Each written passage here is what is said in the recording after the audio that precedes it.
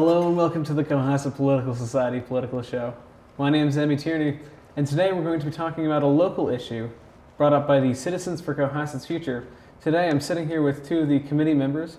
Why don't you guys introduce yourselves to the crowd? Hi, I'm Lacey Good. I'm Marianne Weatherald. And you guys are on a committee. How many people are on this? Well, we have many people that are involved in this, but in terms of our core membership of our grassroots committee, we're about 9. Okay. And you guys, you're a grassroots organization. What's the issue that's at stake here? Well, I think we got together as a community organization to try and change some of the zoning laws in Cohasset. I think that most of our zoning laws were crafted when Cohasset was a really different town. We haven't had major change to our zoning laws since the 1950s. So lots of things have happened in town. We got town sewer, we've got the commuter rail, property values have gone really high. The town has really changed and the zoning has not kept pace with that. So we feel like we need to do something now to help protect the Cohasset that we know and love. Okay. And how do you plan on accomplishing this? We have 3 bylaws that we're proposing at the town meeting on May 1st. One is scenic roads, the other one is land alteration and large home review process. And for the lay people, how do you describe that in terms of like everyday language? Well, I can start first with the scenic roads bylaw. Basically, this is something that more than 60 towns in Massachusetts have, but we don't. Neighbors like Norwell have had this since the 70s, and it's worked really well. What it does is it protects when there are big projects undertaken by municipalities or utility companies. When they're doing major things with the roads, at the end of that project, they have to put back and repair any of the historic stone walls that they've hurt, and they have to plant. If they've had to chop down mature trees, they have to replant trees. So it's basically putting things back the way it was, keeping the roads scenic and beautiful, and it means that it's done on the dime of the company doing the work, not the town. Okay. There are a number of roads in Cohasset that have been altered throughout the years, and Cohasset is such a beautiful community that we feel like it needs to be protected as it moves into the future. There's a lot of building happening, and it just has to be managed better and protected. And our bylaws are preparing for that time period so that these bylaws reflect the current time, the current community. And our bylaws were mostly written about 60 years ago in 1957, which is a long time ago. Now this, obviously you guys have organized recently. Is there anything that prompted you to launch Citizens for Cohasset's Future? Yeah, there's one particular lot in town that I think got a lot of us motivated. It was a beautiful wooded lot where neighbors would, walk by, enjoy the shade, enjoy the wildlife, see the birds, foxes. And in one day, the developer cut down every single tree on the property, everything that was green and alive on that property in one day, and then started blasting away the rock to make a nice level building site. And I think a lot of the neighbors got really upset and realized that because our laws are so lax, it's very easy for developers, outside developers, to come in and do this kind of thing to make it cheaper and more profitable for them.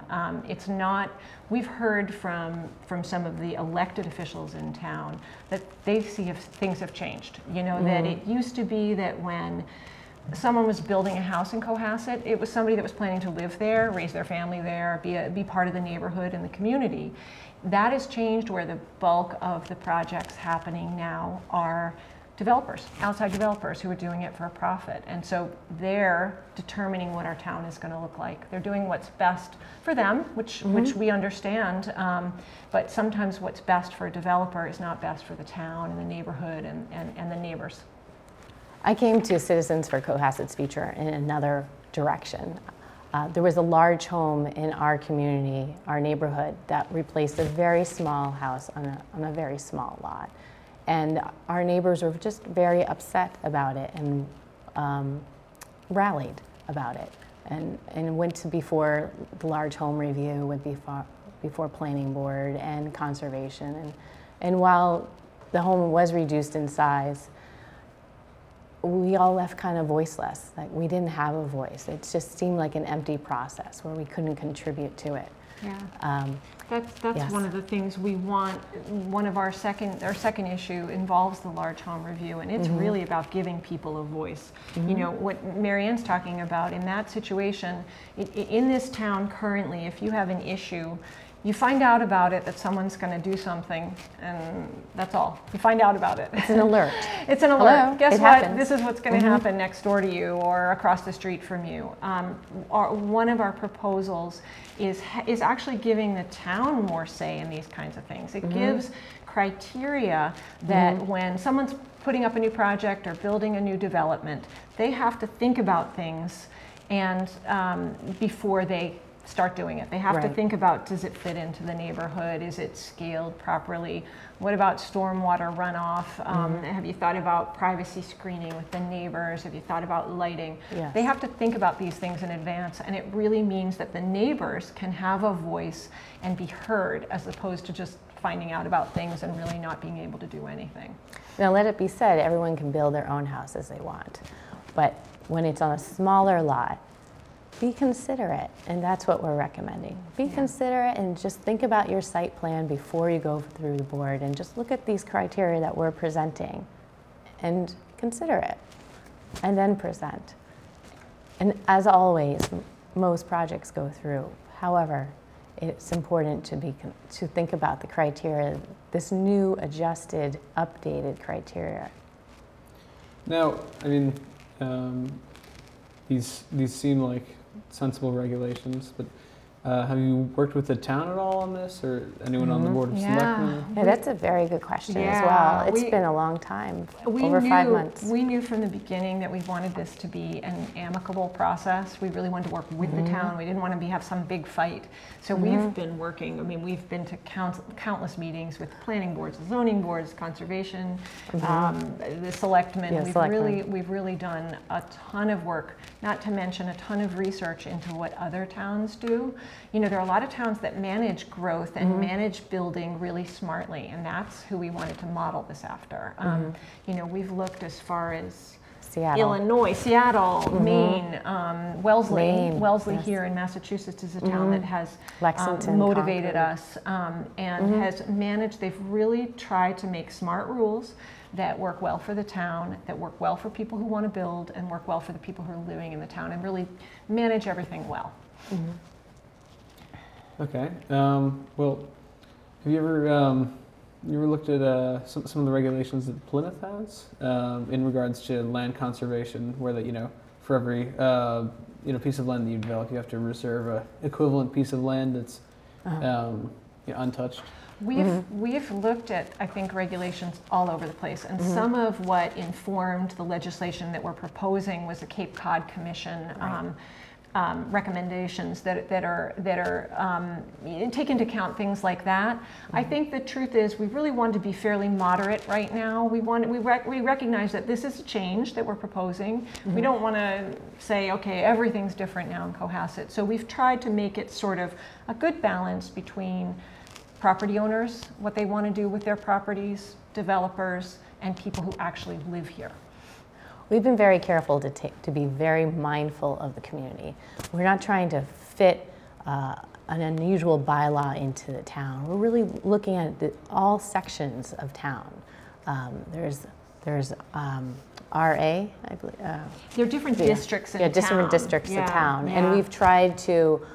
We've looked at all different districts and how can this be applied here, and what does this area look like? And the selectmen are very for us to do that. They've received, from what we understand, a lot of complaints about the building in town, and they want it managed as well. Yeah. And their concerns are our concerns, and we've been working very carefully to do that. We've been interested too. You asked about how many of us, so there are 9 of us in the core group, but then we have additional volunteers that makes that group a lot larger.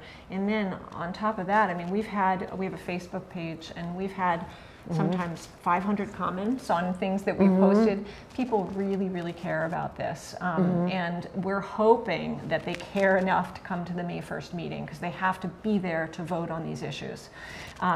We feel like this is so important, so crucial to do now. And also, if this doesn't happen now, there are very sort of complicated rules in town about how you can propose change to the bylaws and different legislation. If it doesn't happen now, we have to wait, I think, 2 more years before we can do something like this. So we feel like the time is now. Isn't that incredible? 2 more years that we would have to wait? Yeah. So if we wanted to put land alteration bylaw going forward, or large home review, and it didn't work, or there were some challenges to it, imagine what would happen more to Cohasset in 2 years. This year. Right now we see a lot of ledge removal, a lot of large homes, and we see like our just general roads from utility companies kind of ripping it up. But Cohasset has been recognized for over 100 years in movies and books for its beautiful scenery as a destination. So we're not trying to keep this town in the 1950s whatsoever. We're trying to prepare it for the future and manage the growth of it. Well, do you see this having a positive or negative effect on Cohasset's growth? No. I think this is about how we manage growth. I don't see that it's going to change. I think it's going to. Here's an example: the lot that we talked about, where they chopped down every tree, blasted all the ledge. If our rules had been in place, they still could have built a house on that lot. They just would have had to preserve some of the trees and some of the ledge. So we think it probably would have been a nicer, arguably nicer finished product, and they would have preserved the neighborhood. It would have felt more like Cohasset as opposed to, another town. I don't think, we're not anti-growth. We understand that Cohasset grows and changes, but there are a lot of arguments about how we manage growth and how big do we want to be, and what kind of a town do we want to be like.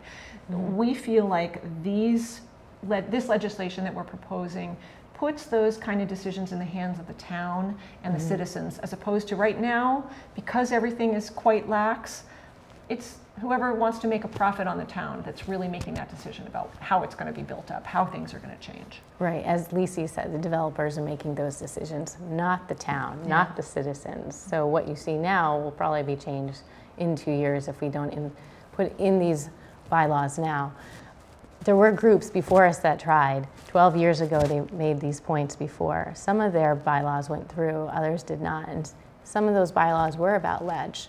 And now there are streets that have been blasted, and there are homes on it, and they're lovely homes, but boy, there is no ledge anymore. And that's what Cohasset is known for, ledge. That's what makes us look different from everywhere around here. We're really, the rock ledge is really special, and it's beautiful, and I think in the past, the town planners thought the topography here is so difficult to build on, we don't really need to have lots of legislation. Well, things have changed now, and there are a lot more, technology has changed, so it's a lot easier to build on places that you used to not be able to build. So that's another reason why this is so important to do now. Now, has the implementation of the sewer system at all changed the ability of people to? Oh, absolutely. Absolutely. It might be the #1 thing that changed things. I mean, I'm not sure if that's true or not, but absolutely. It used to be that you needed to be able to have a septic system, and lots, because of the ledge, lots of places you couldn't. Now with town sewer, there is the potential for tons more places to be built that were thought to be safe from development before, that thought they were going to be always sort of pristine rocks and woods, and that's not true anymore. Right, before you'd had to blast the ledge, and no one could do that to put in a septic system. Now you just have a pipe just goes down the hill or around over the ledge, and just takes everything away. So it's very easy to build. It is. Okay, now do you guys, on the political side, do you see this passing the town meeting easily, with difficulty? We're very optimistic. It's hard to know. We feel optimistic. We certainly feel like, boy, we've heard from so many people that they're, everything that we've sort of done to try to get awareness for the cause. We've been inundated with people saying, oh, how can I help? I've been so worried about this, I want to get involved. So we feel pretty optimistic, but again, we need people to come on May 1st to the town meeting. Right, we have, as Lisi said, we had a Facebook page, we have an Instagram page, we have another page where people can send in their comments as well, and they can do that privately. Yes. For those watching at home, we'll be putting them up like right here. Fantastic. Good. We're so thankful for that. Yeah. And they even write in on our website too. So there's 4 locations where people have been sending in their comments, and it's very impressive. And then on top of that, we've been going around the community and speaking with individual groups. And just yesterday I spoke with a group, and I was taken back by how much anger there was. And these citizens have lived here for 20 to 40 years, and they were disappointed by, not by growth at all, but by the building and construction and the leveling of different lots as well. It was very similar to what we're doing, and they were amazed that we are present in doing that and making these recommendations. So for those of you who feel passionate, or for those who feel passionate about this issue, what's your #1 recommendation for them to do? Well, I think they can go to cohassetscitizen.org and sign up to get information from us, to learn more information, see a lot more specifics about the different things that we're proposing, and then spread the word with their friends and neighbors in town about the fact that this really is the most important environmental legislation that's come up for a vote in Cohasset ever. Right. And then go on May 1st to the town meeting, and keep in mind that sometimes town meetings, we don't know what to expect, but sometimes town meetings do run long, so sometimes there's even a second night, so May 1st and 2nd. So we want people to kind of reserve that on their calendars and go to the town meeting, because it's where that's how you vote. There's no other way to vote. Right. That's how they'll get their voice heard on this. It's different than a presidential campaign. You don't write in, you don't go to the town hall. You actually have to sit in the middle high school in Cohasset, and when our bylaws come up, you have to raise your hand or go yay or nay. Yay or nay. Yes, and you're welcome to ask questions, but there's a better way probably to ask questions and just learn. And we have an event coming up at the workstation in Cohasset on Cardinal Cushing Highway. Cardinal, I think that's it. Chief Justice. Yeah, Chief Justice Cardinal Cushing Highway, 132 it is. And that's on April 12th at 7 p.m. We're going to answer people's questions, find out what they think, and hopefully have more concrete information for people so they really can make an informed choice. There's a second event that you can also attend if you're really passionate about this and you want to let the planning board know that these 3 bylaws all have to go through. And that's also on April 12th, and that's at the town hall. Yeah. So there's 2 things. One, you can go ask questions, learn more. The other one is if you already know that this is these are important issues, which they are, and the most important environmental issues to come before Cohasset, then you have to tell the planning board, and that's that night. And keep in mind, Earth Day is coming up, so if you want to do something, this is a chance where people can actually really affect something locally. It can really make a change for the future here. Well, cool. Do you have anything else to add? No, we're just thankful for you to have us, and please vote. Yeah. Spread the word to your friends and vote on May 1st. Well, thanks for coming on our show. It's been a pleasure having you guys. Thank you. And thanks for those of you who are watching. Thanks for tuning in. And we will see you all soon. Thanks.